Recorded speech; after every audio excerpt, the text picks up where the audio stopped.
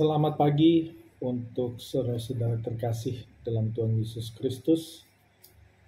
Sebelum kita mendengarkan sebagian daripada firman Tuhan di pagi hari ini, kita berdoa terlebih dahulu. Puji syukur dan terima kasih Tuhan untuk penyertaan di dalam istirahat kami malam hingga di pagi hari ini. Apabila sebentar lagi kami akan mendengarkan sebagian dari firman-Mu, kiranya Engkau mau hadir di tengah-tengah kami, agar apa yang kami dengar, kami renungkan, dapat kami jadikan di dalam kehidupan kami sehari-hari. Terima kasih Tuhan. Amin.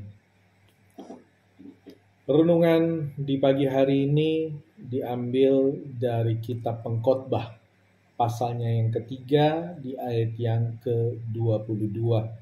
Saya akan membacakannya di dalam bahasa Indonesia dan juga di dalam bahasa Batak. Demikianlah yang tersurat. Aku melihat bahwa tidak ada yang lebih baik bagi manusia daripada bergembira dalam pekerjaannya. Sebab itu adalah bahagianya, karena siapa yang akan memperlihatkan kepadanya apa yang akan terjadi sesudah dia?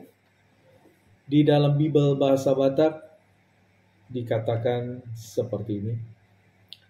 Di baheni nungatung takkas huida dan ngadong nadumenggan da marlas ni roha jolmai di akka ulauna ai ido jambarda ai tungi se mamboan jolmai tusi asa idaonna manang aha namasa dungsalku ibana.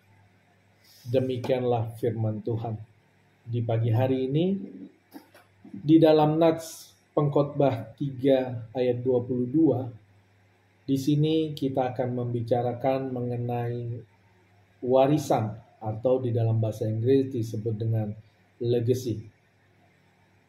Neil Armstrong pada saat menjejakkan kakinya di bulan dan saat dia kembali ke bumi, dia mengatakan ini adalah satu langkah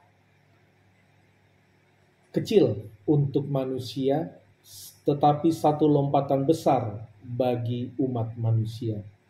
Maksudnya adalah Neil Armstrong mengatakan bahwa pendaratannya di bulan akan membuka sekaligus memberi harapan bagi umat manusia atas apa yang telah dicapainya untuk lebih mengenal dunia atau bumi secara keseluruhan maupun yang ada di luar bumi sana.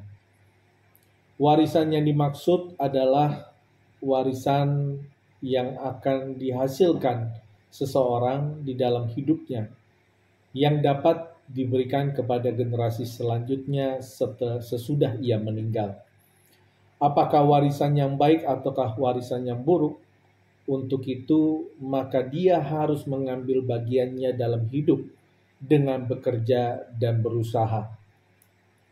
Bekerja dan berusaha adalah sesuatu yang menjadi suatu kewajiban bagi kita umat manusia dalam mensyukuri kasih karunia Tuhan kepada kita. Dalam bacaan ini, penulis kitab Pengkhotbah yaitu Salomo mengingatkan kehidupan manusia yang terbatas yang kemudian nanti akan diganti oleh generasi selanjutnya. Dalam keterbatasan hidup tersebut, sang pengkhotbah hendak mempertanyakan mengenai warisan apa yang akan diberikan seseorang pada generasi selanjutnya. Ada sebagian dari kita mungkin saja yang selalu mengeluh, apatis dan tidak bersungguh-sungguh dalam melakukan suatu pekerjaan.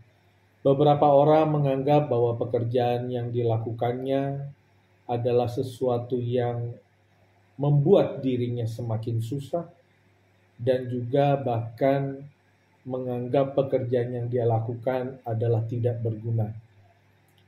Bekerja sebenarnya adalah panggilan kepada kita, sebagaimana Tuhan telah menempatkan manusia pertama dalam Taman Eden untuk mengusahakan dan memelihara taman itu, serta dicontohkan juga oleh Tuhan kita yang menciptakan dunia dan memelihara dunia dengan kuasa firman-Nya, dan juga oleh Yesus yang menyelesaikan pekerjaan Bapanya selama persinggahannya di bumi.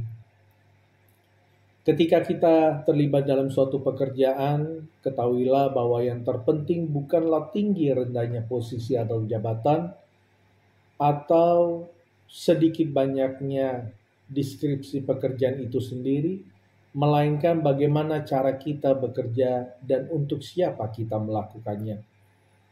Inilah sebabnya banyak orang yang memiliki sikap yang salah dalam menjalani pekerjaannya. Entah mereka ada yang bermalas-malasan, mengeluh, dan tidak berpikir untuk memberikan yang terbaik, dan pada akhirnya tidak mensyukuri pekerjaan yang dilakukannya. Kita harus ingat semua pekerjaan yang jujur adalah yang terhormat, merupakan berkat bagi yang luar biasa jika hari ini kita masih bisa bekerja dan berkarya. Salomo juga mengatakan tidak ada yang lebih baik bagi manusia daripada bergembira dalam pekerjaannya.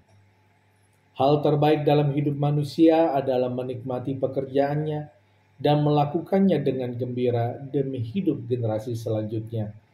Kita tidak dipanggil untuk menyanyiakan hidup kita dan juga kehidupan orang lain, tetapi kita diajak untuk mengambil bagian dalam kehidupan ini dengan bekerja dan membangun kehidupan bersama, sehingga pada nantinya anak-anak kita, keturunan kita, kelak akan merasakan kebaikan dari pekerjaan kita.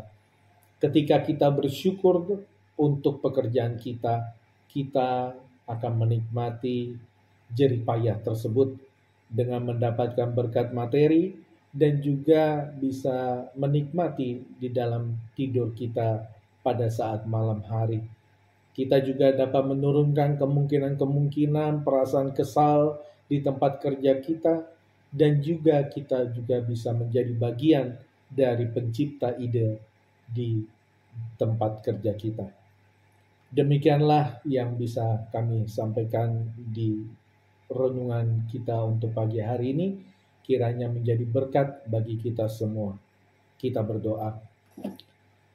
Tuhan Yesus, terima kasih untuk berkat yang telah Kau berikan kepada kami Tuhan di dalam kehidupan kami.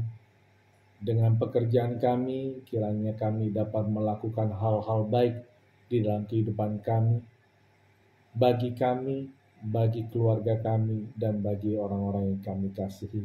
Ajarilah kami Tuhan agar kami dapat bekerja dengan kesungguhan hati kami dan penuh dengan rasa syukur kepada Tuhan. Terima kasih Tuhan untuk segala berkat yang Kau berikan kepada kami.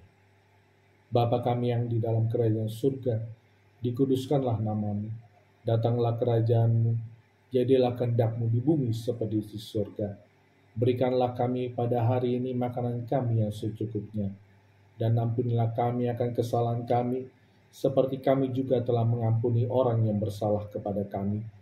Dan janganlah membawa kami ke dalam pencobaan, tetapi lepaskanlah kami daripada yang jahat, karena Engkaulah yang punya kerajaan dan kekuasaan dan kemuliaan sampai selama-lamanya. Amin. Kasih karunia Tuhan kita Yesus Kristus, kasih setia Allah Bapa, dan persekutuan dengan Roh Kudus kiranya menyertai kita sekalian hari ini, esok, dan selama-lamanya. Amin. Tuhan memberkati.